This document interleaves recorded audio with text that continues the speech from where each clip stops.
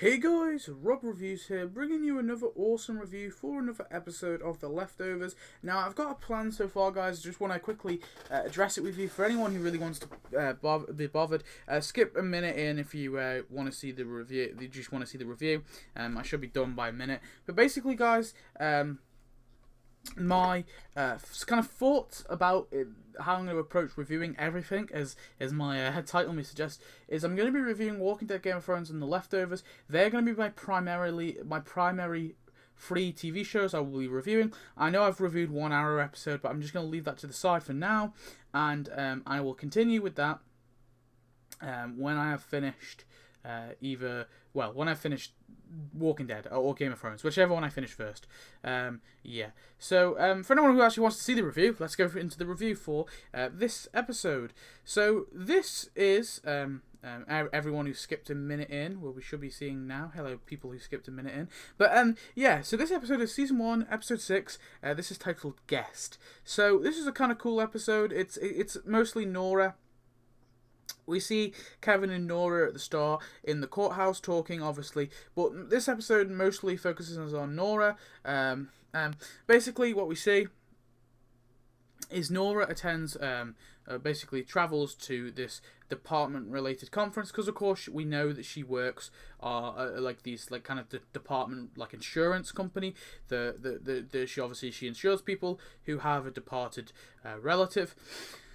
And basically we see, that she is going to this thing, and she goes to this conference, but someone's actually she arrives, and someone's actually already checked out her name badge, so she kind of she can't do anything.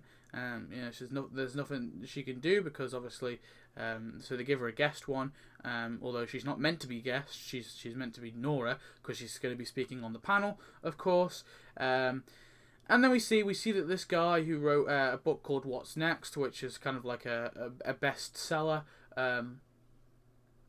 he's there as well, obviously signing autographs and stuff. And we see that someone's impersonating her, so she can't. She basically, she finds these people and she decides to join them, and obviously they're having a party in the house thing. She's kind of reluctant to go, but she eventually goes anyway. And obviously they're I think they do some sort of drug anyway. Don't know what drugs they're doing, but they're doing some sort of naughty drugs. Doing drugs, and obviously we see her kissing the departed replica.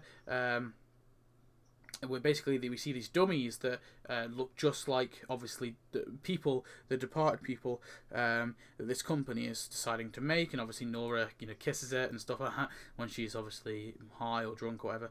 And then we see that in the morning there's a knock, and she's actually kicked out of the hotel. She then goes back in the hotel, but then they sort of take her off to one side. They see a gun. And she says it's a misunderstanding, that she didn't do this, and then eventually we see her that she goes in, she gets kicked out again, I think, and then she goes back in.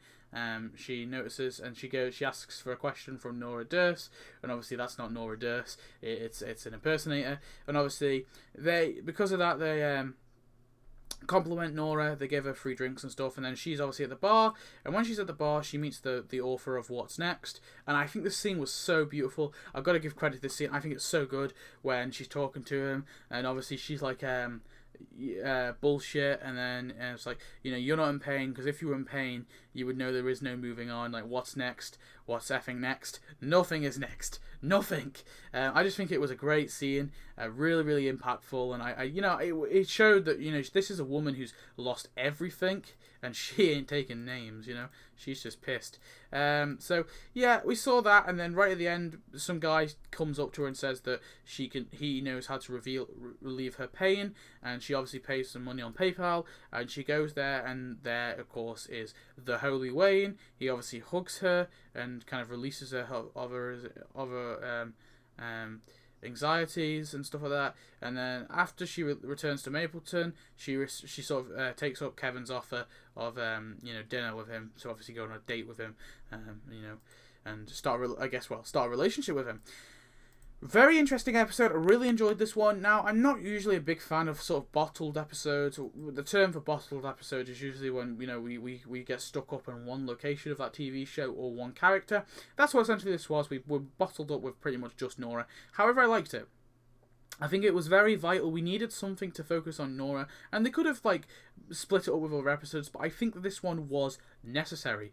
I think that this is a solid 8.5, and that seems maybe seems quite high to some, especially when last episode was so brutal and you know, it had quite a bit of action in it, and this one really didn't have any action. It was just pure drama.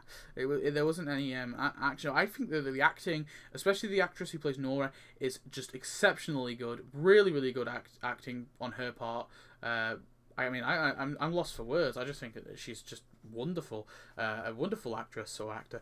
I think they just say actor now because it's gender neutral. But yeah, anyway, thanks for watching, guys. I hope you enjoyed this review. I like this. If there's any TV shows you want me to review, please do leave me down in the description. So far, I've only got 1 subscriber. It's quite upsetting, but I wouldn't mind having more. But anyway, thanks for watching. I hope you enjoyed, and I shall see you next video. Goodbye.